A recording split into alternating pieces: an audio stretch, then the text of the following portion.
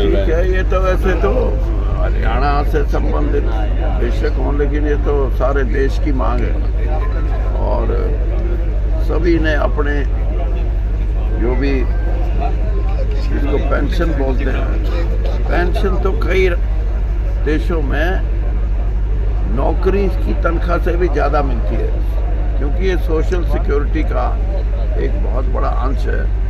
और मैं तो समझता हूँ कि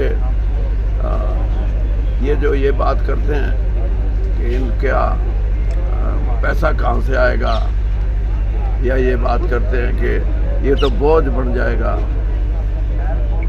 मैं अभी फाइनेंस मिनिस्टर रहा हूँ और उस टाइम स्टेट जीडीपी जिसको बोलते हैं उसमें 14%, 15%, 18% तक की बढ़ोतरी हुई है।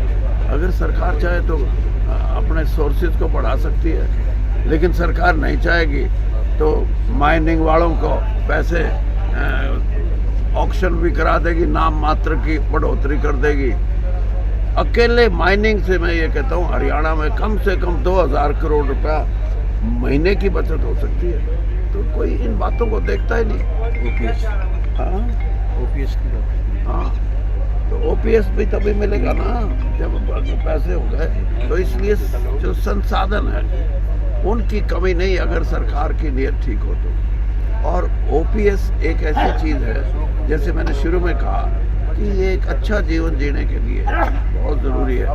वरना क्यों आप अब बुढ़ापा पेंशन की बात करते हो, जिनका कोई संबंध भी नहीं है किसी नौकरी से और से, लेकिन उनको भी सोशल सिक्योरिटी सबसे बड़ा इशू होगा इस देश में आने वाले समय में। और उसके अंदर जो लाखों की संख्या में ये रिटायर्ड कर्मचारी हैं, और सभी, मतलब सिर्फ ये नहीं है, हर तरीके से आप देखो कितने महकमे ऐसे हैं, कितनी ऐसी चीज़ें हैं जिनके बारे में कर्मचारियों को ये होता है कि भाई हम अगर नौकरी ठीक ठाक करेंगे तो हमारे को 58 साल या 60 साल के बाद नई एक अपनी ज़िंदगी शुरू करने में कोई ज़्यादा परेशानी नहीं होगी। इसीलिए आधा 50% है ना जी, यानी जो लास्ट सैलरी के, कितनी सैलरी है वो 50%। हाँ, लास्ट सैलरी जो है उसका 50% पेंशन के रूप में दिया जाता है। और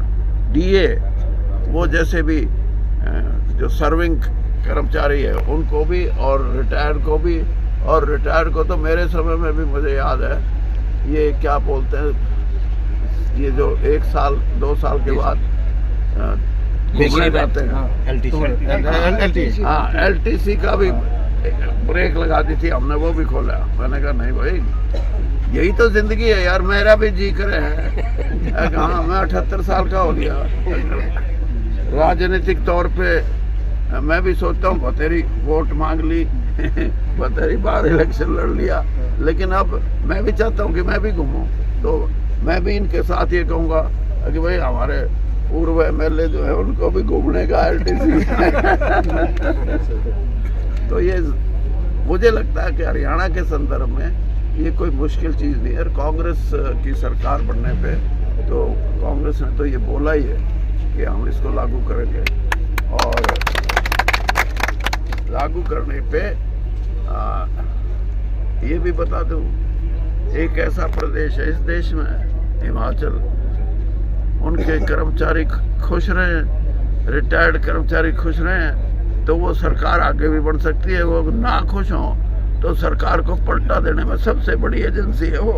तो हरियाणा में भी जो इनकी संख्या इतनी बड़ी है, और ये अपने जो इन्होंने मांग की है उसके लिए आज मेरे पास भी आए हैं और नेताओं के पास भी जाएंगे।